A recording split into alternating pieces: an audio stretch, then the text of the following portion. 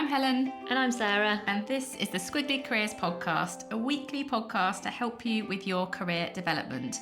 With the ins, outs, ups and downs of work, we want to be a helpful source of support for you in your career. And if you would like some more support beyond this episode, there's lots of other things that we have got to help you. You can join us in Pod Plus, which is a weekly conversation for 30 minutes every Thursday morning at 9 o'clock.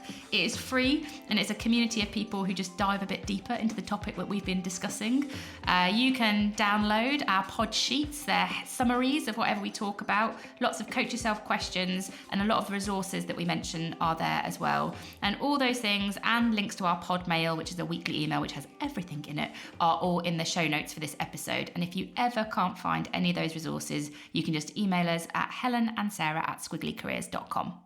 And this week's topic is how to work with different people.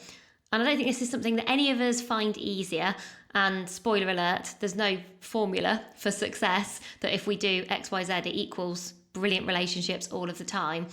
But we thought it was helpful to do a bit of a deep dive into difference because we're all working on lots more projects, different people who have different experiences to us. We're often sort of changing the people that we work with more frequently. So this idea of building brilliant relationships, I think, has always been important in our careers. But particularly now in Squiggly Careers, where we are doing so many more different things with so many different people, this just feels like something where if you can understand what this looks like for you and also understand other people better, it can only ever be a helpful thing as part of your Squiggly career. And probably a good starting point is, if you don't already know, because you're not a regular listener, Sarah and I are very different to each other. So we'll probably use some of our differences to bring to life how we have found ways to work together effectively, but also at points in times where that difference can create difficulty and what we've done to overcome it.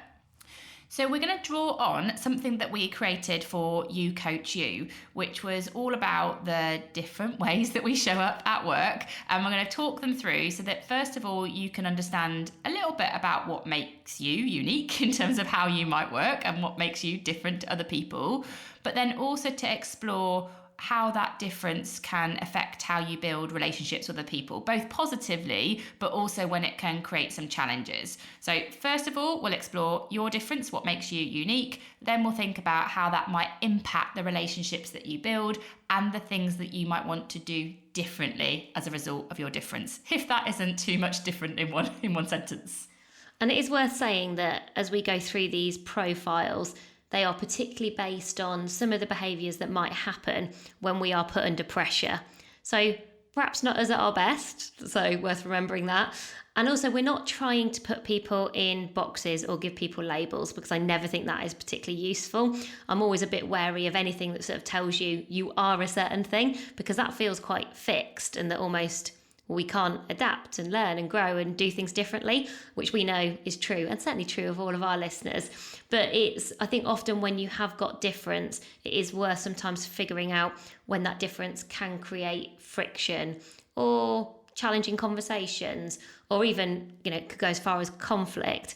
And if we're really going to figure out how to build lots of different sorts of brilliant relationships, it's, almost like the spiky moments that feel particularly tough can be a good place to start to get data for your development, I would say.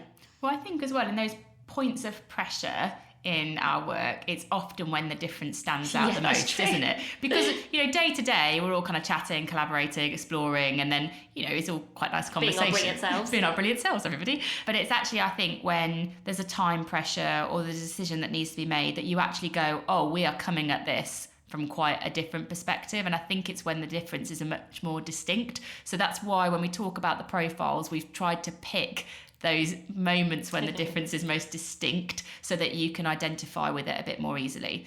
So should we take it in turns to talk them through? Go on then, go for it. Okay, so the first profile, and as we talk them through, just be thinking about which one sounds like me or feels like me. Which feels most familiar for you. Yeah. So the first one is the heated hexagon. So if this one feels like you, behaviours that you might be able to spot in yourself are when you might get a bit fixed on a certain way of doing something or a perspective that you might have. It's almost like you kind of get to your answer is the right answer. Or you might recognise that you have a tendency to act first and listen later. Or perhaps you feel yourself prioritizing progress over other people. And at times, worse, this can be you being a bit snappy or impatient or quite demanding of other people. Sarah is laughing. Go on, why are you laughing? Why are you laughing? Because we're in the same room together today, which sometimes makes a difference. But you actually sent me a WhatsApp message today saying, I'm not being snappy. You know, that sort of when you deny the behaviour, like, I'm not snapping. Honestly, I'm not snapping. I'm like, oh, okay. When you wrote, I'm just thinking because you'd written that bullet point snappy, and I was like, you've literally used that in a sentence on a WhatsApp message. Hashtag snappy, not snappy. Yeah. We should definitely use that one again. And also what it sometimes sounds like, you've described it as, well, it might sound like, I'm like, what do you mean it might sound like? You're basically just describing the things that you say. We're overthinking this. We need to move on. Let's make some progress. So at times, everybody, I think I might possibly be a heated hexagon. That's not why we've gone with that one first, but I think me under pressure defaults. My difference is most distinct in being a heated hexagon. So that's me. Where should we go to you next, Sarah? Or are you just going to talk objectively about a different one? Yeah. Do you want me to do my one, or just do a different one? Keep it. Okay, I'll just do a different one. So we'll get to my one. But the next one we've called the database diamond. And when you are working with database diamonds, some of the behaviours you might spot when they're at their points of pressure is they really interrogate information. So they deep dive into data and details. You know, sort of they kind of keep digging often, and maybe prioritise sometimes evidence over empathy. So again, a bit less about people and a bit more about, well, you know, show me the facts. Maybe facts over feelings is another good way to think about that. They can be quite stubborn and sometimes stall progress, maybe not prepared to kind of move on until they get the data they're looking for. And you often hear database diamonds sort of almost request quite directly, well, you know, where's your proof? Where's the evidence for that? What's the data? You know, we need to understand this better before we just, you know, jump into a decision. Very different to the heated hexagons, but people, you know, who just look for that information, quite information-based, quite fact-based, I think. And that can become, you know, we can all see how these things are really useful, but under pressure, that can become unhelpful because they sort of get stuck on that deep diving, I think, for detail. And so you might start to note, as we talk about the third profile, which is the talkative triangle, that all of these profiles have a shape, which we will explain why in a second, but just go with it for now. So the third profile is the talkative triangle. And if this is you, what you might spot is that in a time when there's pressure or there's things that have got to be done quite quickly, you might talk a bit too much and a bit too fast, and you might get excited, which is not always a bad thing, but sometimes that excitement can come across as being quite emotional in a situation, which can perhaps turn some database diamonds off who might not resonate with that, because what you tend to do is the opposite of a database diamond. You're prioritizing feelings over facts, whereas, as Sarah said, they're the other way around, and you often have quite strong opinions which you share quite freely, and you can sometimes get a bit defensive or even sort of destructive really in a conversation if you're feeling excluded. Like, you would speak up if you felt like it wasn't going the way that you wanted it to, and that perhaps might make other people feel uncomfortable in that situation.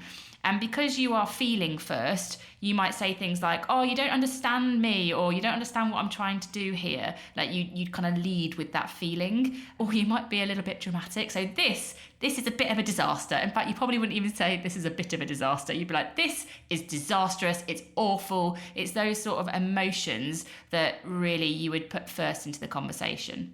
Maybe a bit of catastrophizing. Yeah. Because I think people would recognise that in themselves. You know, that sort of you sort of spiral quite quickly out of control in terms of the implications of something, and it all just gets, you know, like almost like everything's an emergency. Yes. And you really see talkative triangles stress. You know, it's not hidden under the surface. It all kind of comes out. I think that talkativeness sort of radiates and has quite big ripple effects, I think. So let's do the last one, last but not least, and this is my one. Though I don't think we are just one of these. I think we might talk about this a bit more, but because again, we're not trying to do a profile here, it's more about just recognising behaviours. The more I've thought about this, the more I've realised I'm definitely not one of these all of the time. One might feel most familiar for you, but then even as we've described another one today, I've thought, oh, and I also do some of those things under pressure as well. So, you know, we're not just one thing. I've almost spotted more things that I don't do well. Brilliant. So the last one is the consensus seeking circle. So some of the behaviours you might spot when these people are put under pressure, a bit uncomfortable making decisions. So, you go round in circles, hence the consensus seeking circle, because it feels like, oh, maybe we should just consider someone else's point of view or someone else's perspective. Don't tend to like doing things spontaneously or on the spot or too fast. Really want consensus over questions. So as somebody who's sort of like this some of the time myself, you almost put harmony above asking good questions or making sure you've got everybody's point of view because you're so keen for everybody to get on, which sounds like I'm like, oh, I've just picked the nicest one. But actually it's really destructive, because the problem with consensus seeking circles is people don't say what they think. And so what you can then do is actually be quite almost like political outside of conversations, and because you sort of withdraw under pressure, so you get passive aggressive. I think we've probably talked about this before, but like it sometimes sounds like, oh, well, as long as you're happy, I'm happy. Yeah. And it's like, okay, well, you're clearly not happy. Anyone who says that, you're obviously not happy. Or you might just go, oh, I'm just not sure. I think we need to think about this a bit more. And I do say that quite a lot. Like my partner would definitely he gets frustrated because I'll say to him, I'm just going to think about that a bit. And he was like, well, when does the thinking end? He always asks me, and he's a database diamond for sure. And he will say, he kind of makes a joke of it, but he's like, yeah, but when is that closing? When does the thinking time close? And I suspect it's really frustrating. It can be quite frustrating to spend time with consensus seeking circles if they're under pressure, because you're not making any progress, and it just sort of feels, almost like fakely nice. It's like, oh, everyone's sort of like doing stuff and then no one's actually moving forward. But I don't actually think I'm a consensus seeking circle all the time, but I recognise some of those behaviours. I think sometimes I actually do go slightly into database diamond. Under pressure, I could give you examples over the last 2 weeks where that's happened. I've seen it more. It's interesting, actually. I've definitely seen it more in the past 6 months, perhaps because our pressure has increased. Yeah. I've seen you kind of reverting to that, which is, I think this is just, first of all, this is a point of reflection for you. What makes you different and when are you different is interesting. And so just to repeat the 4 profiles for you. So you've got the heated hexagon, the database diamond, the talkative triangle, and the consensus seeking circle. What is useful, we think, for you to do now is to draw your shape. So for example, my shape would be a hexagon, can be quite heated, as we talked about, under certain situations, but probably with a bit of triangle. I would do myself... Like a smaller triangle, yes, but a bigger hexagon. Yeah, I would go, my lead shape would be that hexagon and all the challenges that come with that sometimes, and also that talkative triangle, when I get a bit too excited and I'm trying to almost push things through with my energy rather than my empathy would be kind of what I would think about. So if you were to draw your shape or shape, Sarah, what would you do? So I would draw a circle, almost like with a small diamond in it, but maybe a diamond, to your point, that is getting bigger, which is interesting. It's like, especially as well for somebody who isn't very database generally, it's it's not a skill set that I have. I find it interesting. I think the consensus seeking circle, the circle is getting smaller and the diamond is getting bigger, because I think we do change, and also we also react to our surroundings and our situation. So I think, to your point, I am almost shifting, and as we've said, this is not necessarily us at our best. I think I'm shifting in response a little bit to what I'm experiencing in our organisation. And that's, whereas I think when I was in really big companies, my consensus seeking circle was definitely bigger, and I don't even think I would have recognised database diamond. I think I was surrounded by people who were so database diamonds, I'd be like, well, I'm a million miles away from that. But in my world today, I feel like I'm always changing shape. It's fascinating.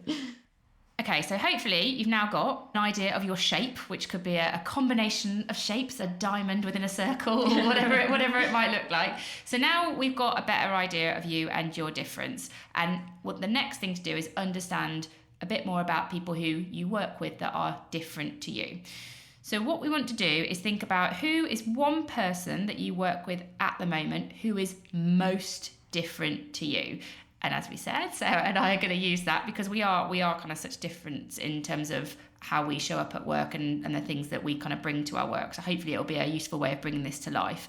Now, we've already talked about why sometimes that difference might make it hard. So, for example, Sarah's need for data or consensus seeking approach might go against me when I'm in hot-headed hexagon mode. We already understand a little bit about what might make that difference hard, but what we want to think a bit more about is why it can be helpful. Because actually, if we all thought the same and behaved the same, it wouldn't lead to better decisions. It would lead to a giant big echo chamber that would start to hold us back in our career. So difference can be really helpful, but we need to appreciate it a little bit more. So think about, first of all, who is that person who is most different to you at work? And then why could that difference be helpful? So should we do this for each other, Sarah? Yeah, go on then. Do you want me to go first with Yes, you? Why is yes. you're like, give me some positive feedback. I'm ready. So, and also I think the reason this is good to do is so often I think we default to that person that you'll all be thinking of now who is very different to you. I think we default to why it's hard because that's probably what we've experienced. You know, like I'll think, well, I've experienced when you want to speed up and I want to slow down. You're like, oh, and it's hard. And we get kind of almost get stuck in the kind of the negative loops around difference. So I think it's really nice to reframe the starting point with going, when is that difference incredibly helpful? Like, when is that difference at its best? You know, what does that look like, sound like? When have you seen that? Not just in the hard moments. It's almost like encouraging it rather than avoiding it, isn't Yes. it? It's like, yeah. You know, it's not going to be beneficial all of the time, but there are understanding when it's really helpful means you can use it more positively.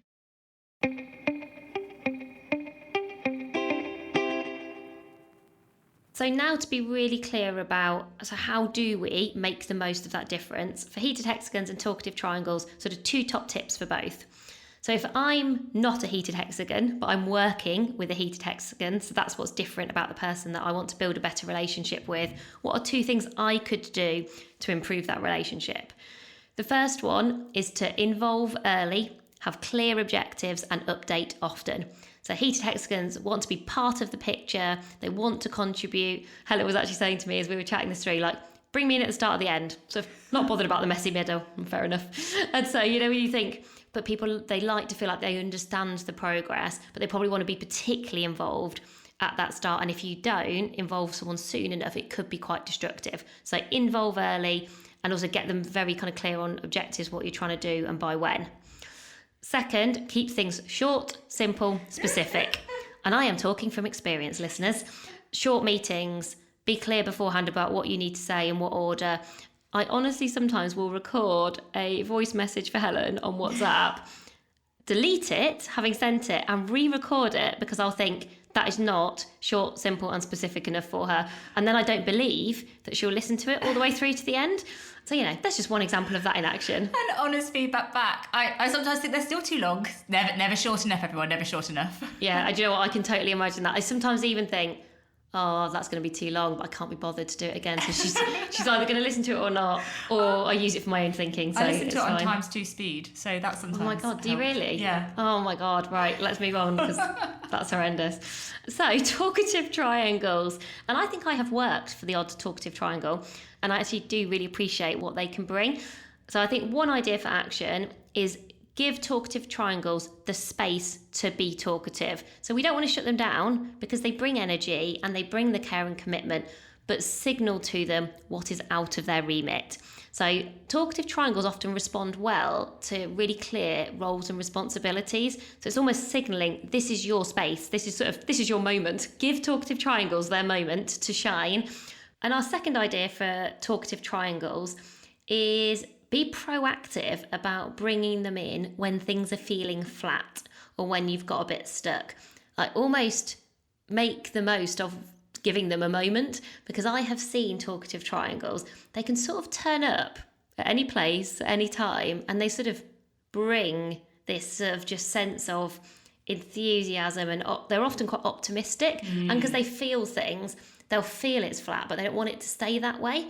So again, thinking about making the most of their difference. I honestly once worked for one person who I swear I could have put her in like any situation. She didn't need to know any context. Yeah. And the ripples of just like people suddenly feeling like they wanted to be there a bit more. Everyone just enjoyed it a bit more smiling, you know, even just like the more like upbeat smiles, people probably laughing, having a bit more fun. They bring a sense of fun and feelings. And so notice if you've got projects or meetings or work where you're like, feel like I just need a bit of that brilliance. I think don't be afraid to sort of quite spontaneously get them involved. For someone like me, something spontaneous like that would feel like my worst nightmare. I'd ask loads of questions. I'd be like, what do you need and why are we doing that? I think talkative triangles can often just turn up and just contribute and be brilliant. I like the 2 points there, like give them a moment because they're going to want one, because they like to have their moment, but then make the most of it by thinking about when that moment is going to be best for everybody is a really, really good point. So, God, then you can switch over now. I feel like I've been really, really nice to you today. I'm ready to receive why it's so good to be a sort of increasingly database diamond in a decreasing consensus seeker circle. Okay, so the two profiles left then are those ones that Sarah just mentioned, and I'm going to think about how you can make the most of that difference. So let's start with Sarah's increasing database diamond. Yes. So database diamonds are absolutely brilliant for getting to better decisions because they will bring you really rich insights that are informed by data and not just opinion. You're welcome. Thanks for that input.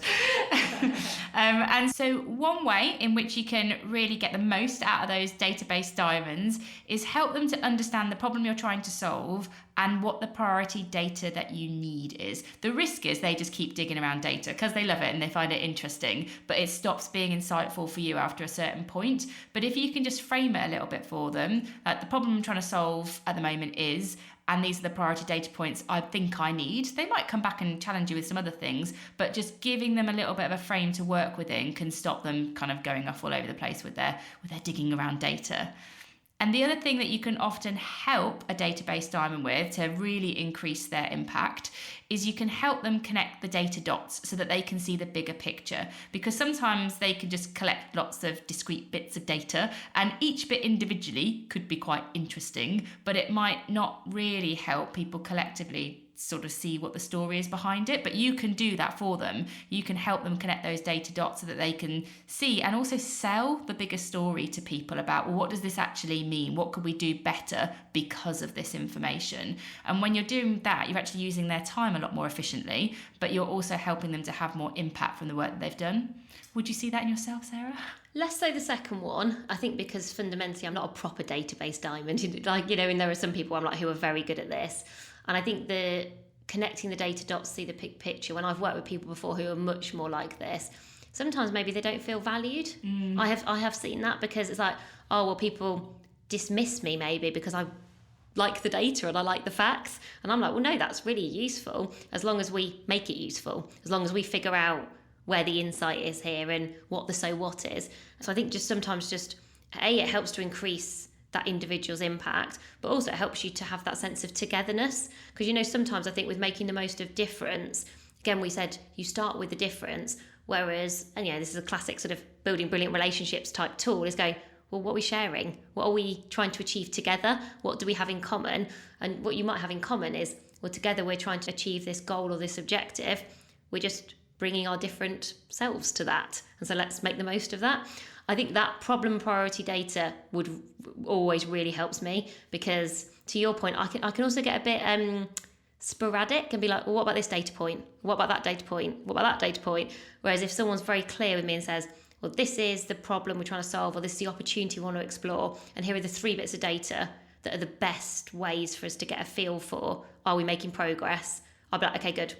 Like, keep updating me on that day. It would stop me just asking for periphery stuff that isn't that helpful. I feel like we would make better decisions as well. If I'm in heated hexagon mode, which is, I'm trying to move it forward fast and get it done quickly. And if you were also in database diamond mode, like if I was really clear about that this is the information I think we need to make this decision, it would be like your data would be really useful in that moment. So you would probably feel like that was a useful input that you'd had, and I would be able to make a better decision or recommendation because of it. So actually those two things coming together at a point of time that we might recognise was quite a pressure point for us could probably help us both to feel quite useful. Yeah, agree. Because I think at the moment sometimes we do the opposite. So it would be nice to do the positive thing that we've just described versus going, we haven't got the data, so I want to slow us down. You therefore want to sort of go twice as fast. And then, sort of between us, we both just get a bit frustrated. So let's try the other one. Let's try the other one. But I guess for everyone listening, rather than just therapy for us in our business, like thinking about where are those points of pressure,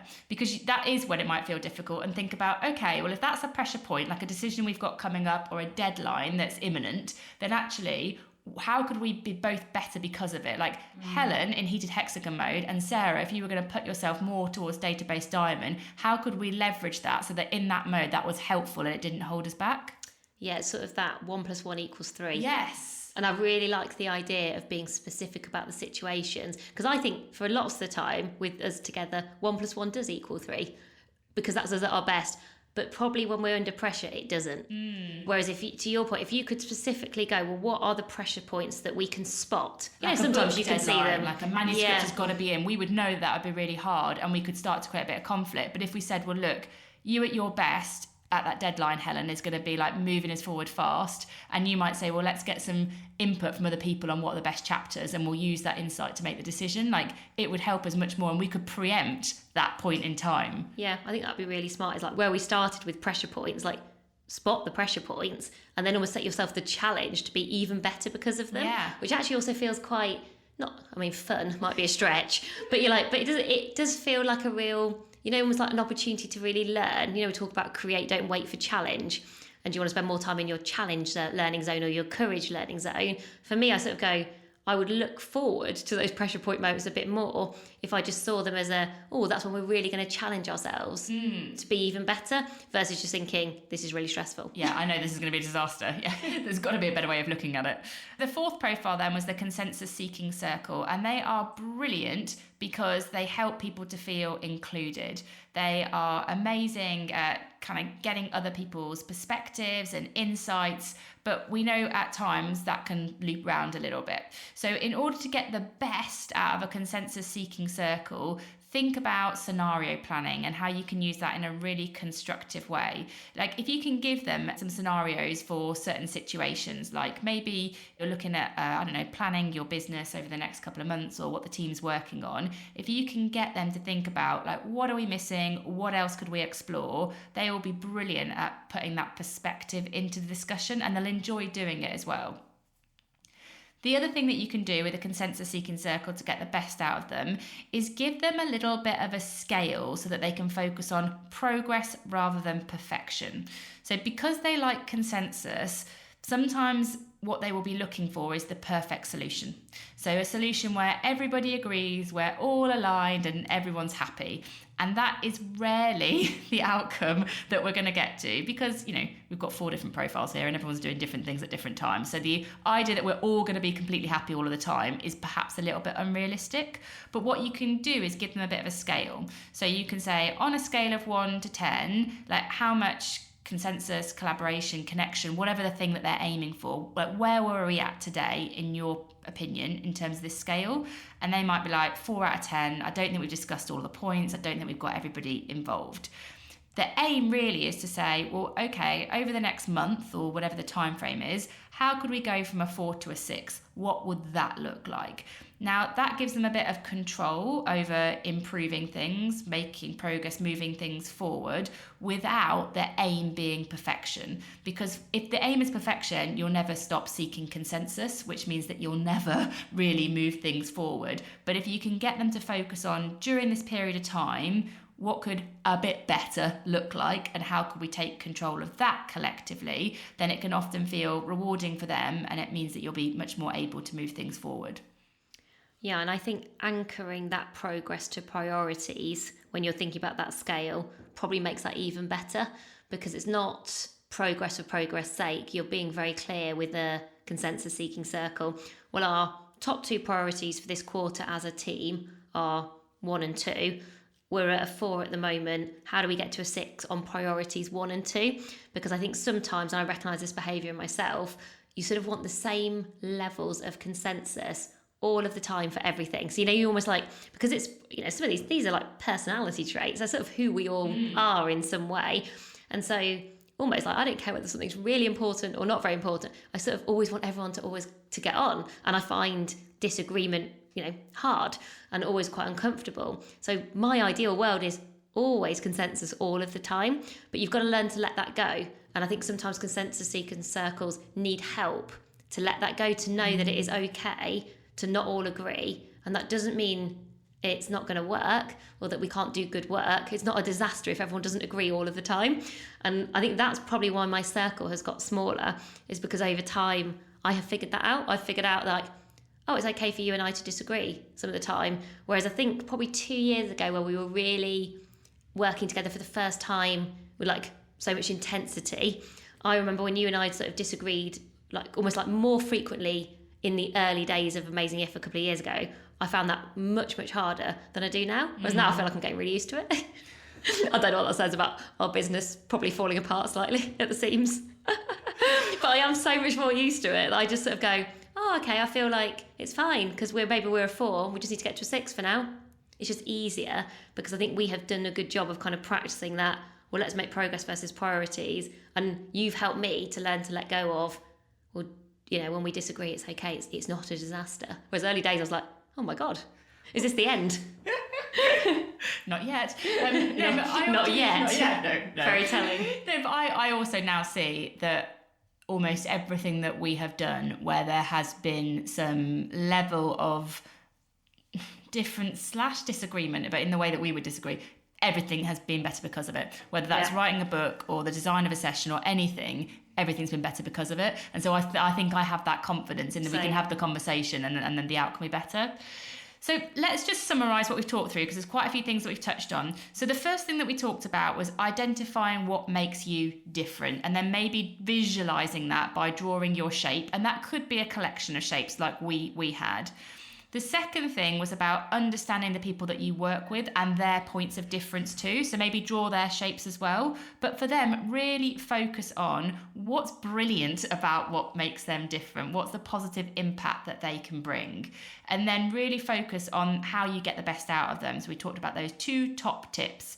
And then I guess that final insight that we got to through the course of the conversation was really take those potential pressure points that you might be able to see in advance of them being part of your work and think about, well, how could you use that point in time as a bit of a challenge for you to do things differently to make sure that everyone is showing up at their best and you're helping bring that out in different people. And the other thing I think has really helped us, just as we've described this day and had this conversation, is being able to talk about it openly. So rather than feeling like that difference is unsaid, I think if you can have conversations with your colleagues to almost talk about, oh, well, you don't have to use the consensus seeking circle because that could be a bit weird if people have not listened to the podcast. But almost like sometimes acknowledging and saying some of these things out loud. Like I would often say to people, I always really like it when people get on and I find disagreement a bit more difficult.